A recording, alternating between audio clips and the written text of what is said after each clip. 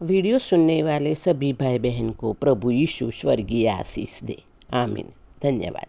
परमेश्वर के लोगों, परमेश्वर के वचन में यानी बाइबल के वचन में इतनी शक्ति है कि जब आप परमेश्वर के पास जाते हो तो वचन लेकर तो सफलता मिलेगी और आपकी प्रतिज्ञा पूरी होगी।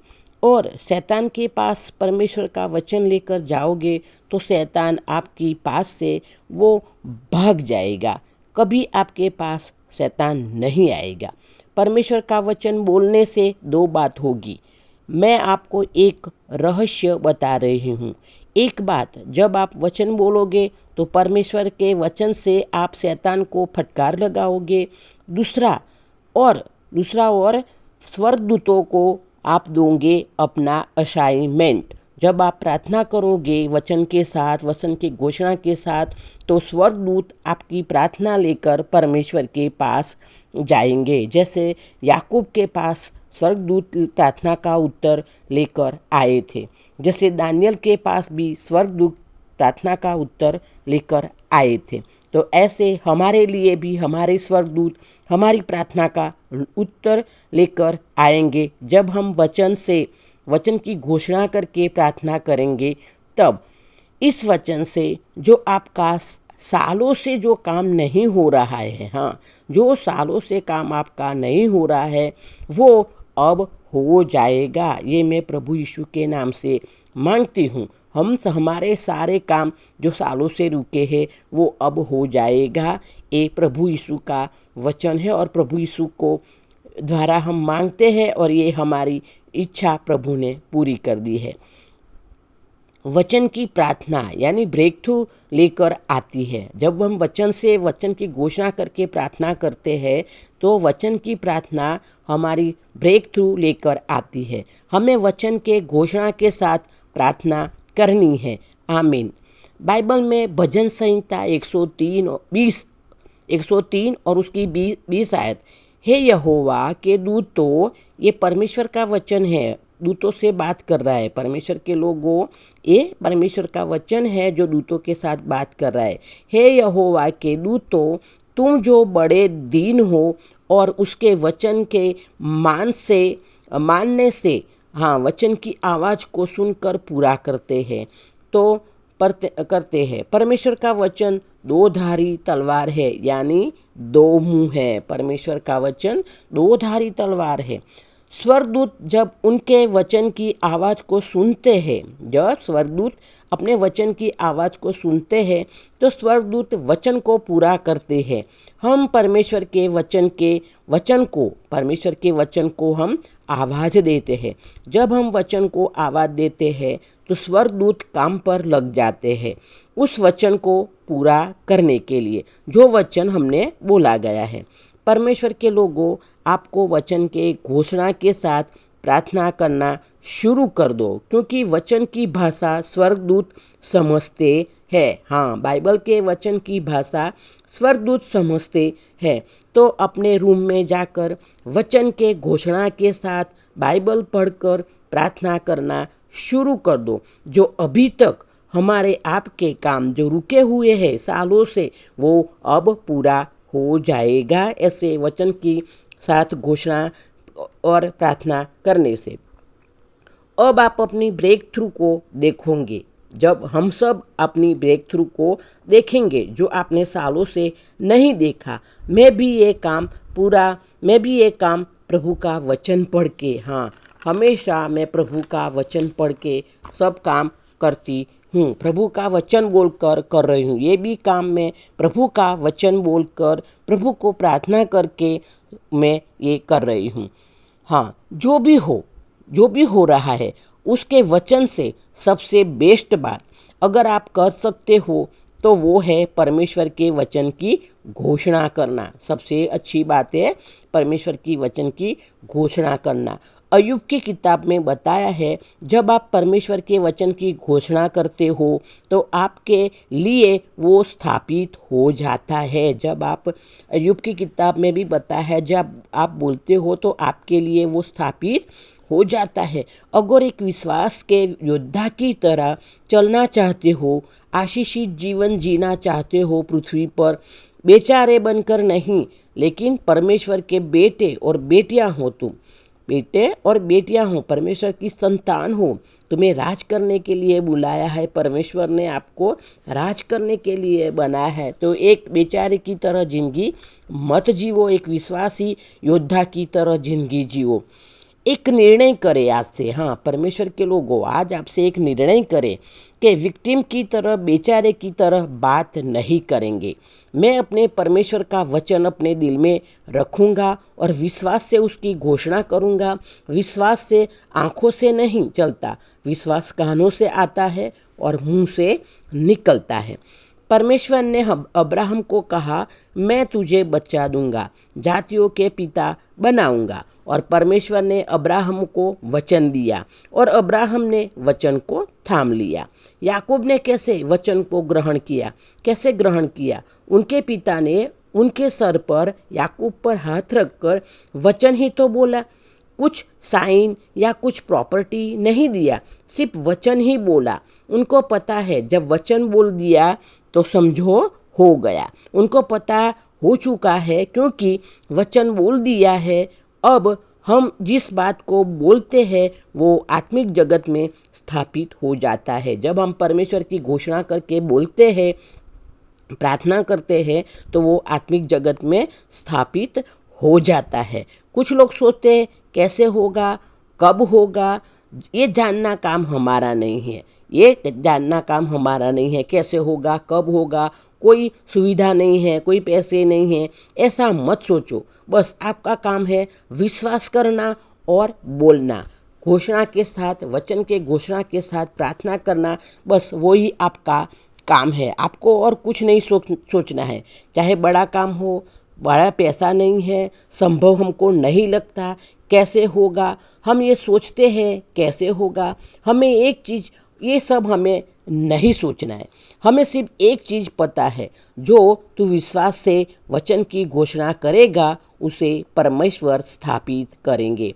परिस्थिति चाहे कुछ भी हो, लेकिन हमें इतना विश्वास करना है और विश्वास से वचन की घोषणा करेंगे हम, तो हमारा परमेश्वर उसको पूरा करेगा, हमारा परमेश्वर उसको स्थापित करेगा।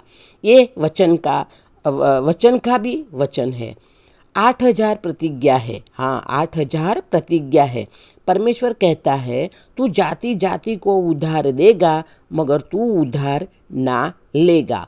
पकड़ लो इसे और बोलो, परमेश्वर तेरे वचन में लिखा है कि तू जाति जातियों को उधार देगा मगर तू उधार नहीं लेगा। मैं इस वचन पर कब्जा करता हूँ। क्या होगा? पूरा होगा।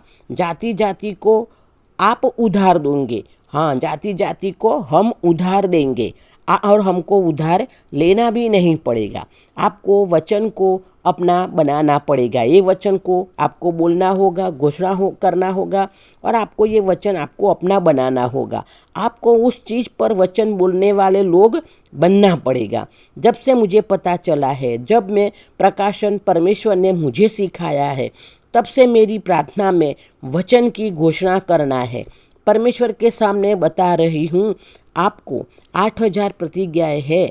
परमेश्वर कहता है मुझे स्मरण दिलाओ मैंने क्या लिखा है। वचन का रहस्य बताती हूँ। जब परमेश्वर के पास जाओ तो कहो लिखा है, वचन में लिखा है। और शैतान को भी कहो कि लिखा है, परमेश्वर के वचन में लिखा है। वचन दो धारी तलवार है। परमेश्वर के पास लेके जाओगे तो प्रतिज्ञा पूरी होगी, सफलता मिलेगी।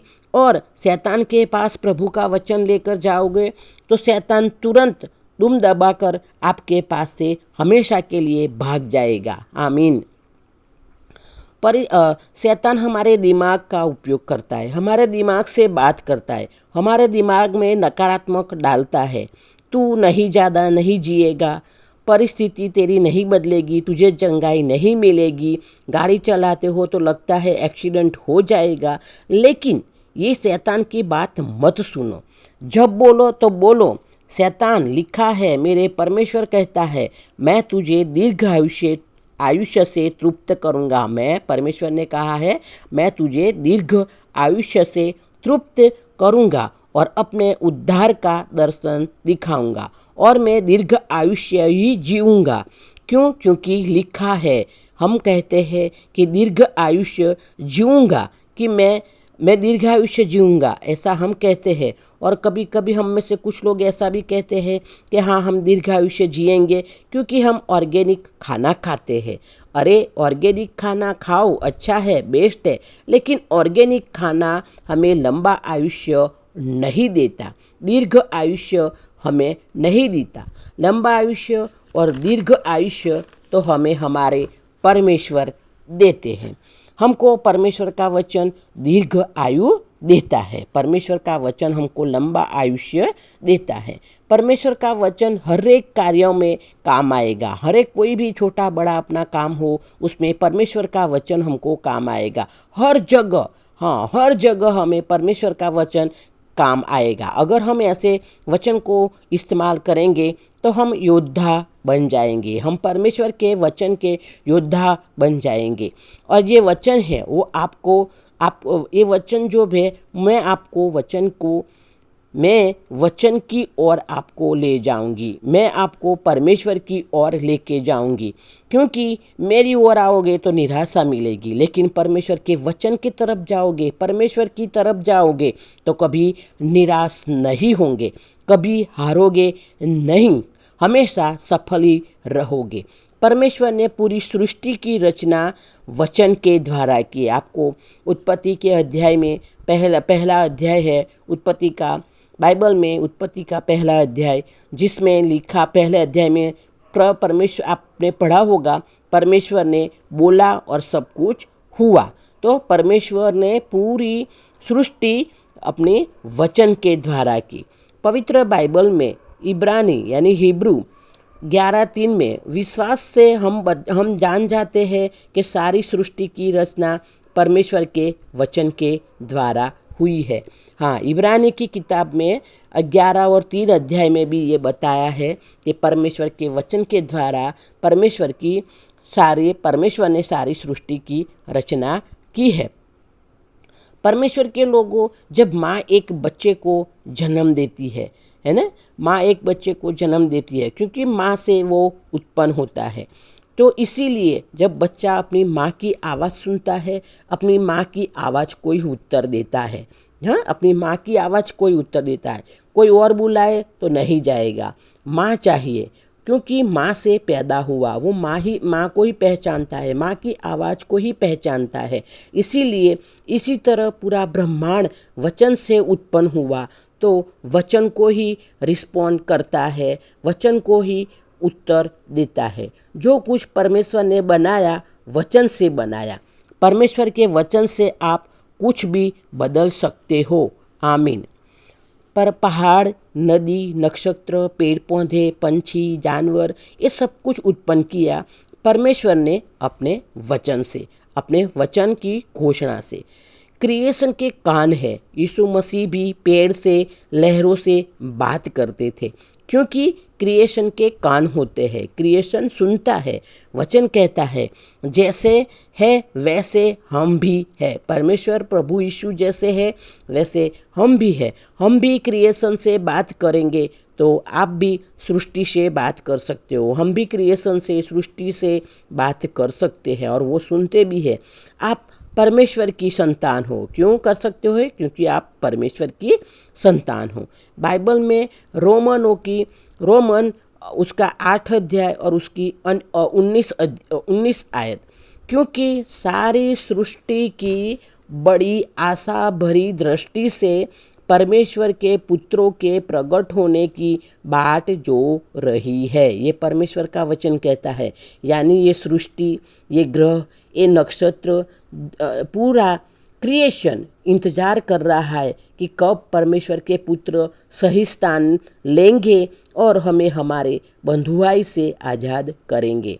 आप छोटी मोटी बीमारी की बात करते हो, लेकिन परमेश्वर ने आपको पूरी सृष्टि की छुटकारे के लिए बनाया है। परमेश्वर ने आपको पूरी सृष्टि की छुटकारे के लिए आपको बनाया है।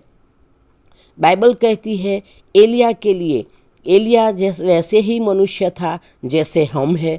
एलिया ने प्रार्थना की तो 3.5 साल बारिश नहीं हुई, और उसने प्रार्थना फिर से की तो 3.5 साल बाद बारिश हुई। तो और वो हमारे समान मनुष्य था। तो परमेश्वर के लोगों, आपके पास, हमारे पास अधिकार है। ये प्रभु का वचन है। ये प्रभु की वचन के घोषणा से हम सब कुछ कर सकते हैं। और ये प्रभु की घोषणा हम हर रोज़ अपने रूम में करें, प्रार्थना करें, घोषणा के साथ वचन पढ़े, बाइबल पढ़े, और बाइबल के वचन पढ़कर वचन की घोषणा करें, ताकि हमारी प्रार्थना में स्वर्गदूत ऊपर से जवाब लेकर तुरंत आए और हमारे सारे रुके काम। परमेश्वर के लोगों, मैं प्रभु यीशु से प्रार्थना करती हूँ, अब तक जिसके, हमारे, मेरे, आपके जो काम रुके हैं सालों से, वो प्रभु यीशु के नाम में आज अभी इसी वक्त पूरा हो जाए। प्रभु यीशु के नाम से मांगते हैं, आमीन। हमारे जो काम में जो रुकावट है, जो बाधा है, वो प्रभु यीशु के लहू से मैं सारी बाधाओं को, सारे विघ्नों को लहू, प्रभु यीशु के लहू में बांधती हूँ, और ये सारी बाधा, सारे विघ्न प्रभु यीशु के नाम में दूर हो जाए, और मेरे परिवार के लोगों को, मेरी बेटियों के, मेरे भाई बहनों के, और आपके परिवार के सारे लोगों के काम जो रुके पड़े हैं सालों से, वो आज अभी इसी वक्त से हो जाएगा। प्रभु यीशु का, परमेश्वर का दूत हमारी काम पूरा करने अभी लग गया है। तो ये हमारा काम अभी पूरा हो जाएगा। प्रभु यीशु के नाम से मांगती हूँ, और प्रभु ने मेरी ये प्रार्थना सुन के हमारे सारे रुके काम आज पूरे कर दिए हैं। अगर आपने ग्रहण किया है तो प्रभु यीशु के नाम से बोलिए आमीन। धन्यवाद। वीडियो अच्छा लगा हो तो शेयर तो ज़रूर करना, सब्सक्राइब करना, लाइक करना, कमेंट करना। प्रभु यीशु ने हमको स्वर्गीय आशीष दे दी है। हमारे सारे काम परमेश्वर ने प्रभु यीशु के नाम से आज सारे काम पूरे कर दिए हैं। आमीन। धन्यवाद। प्रभु यीशु की दासी वासंती।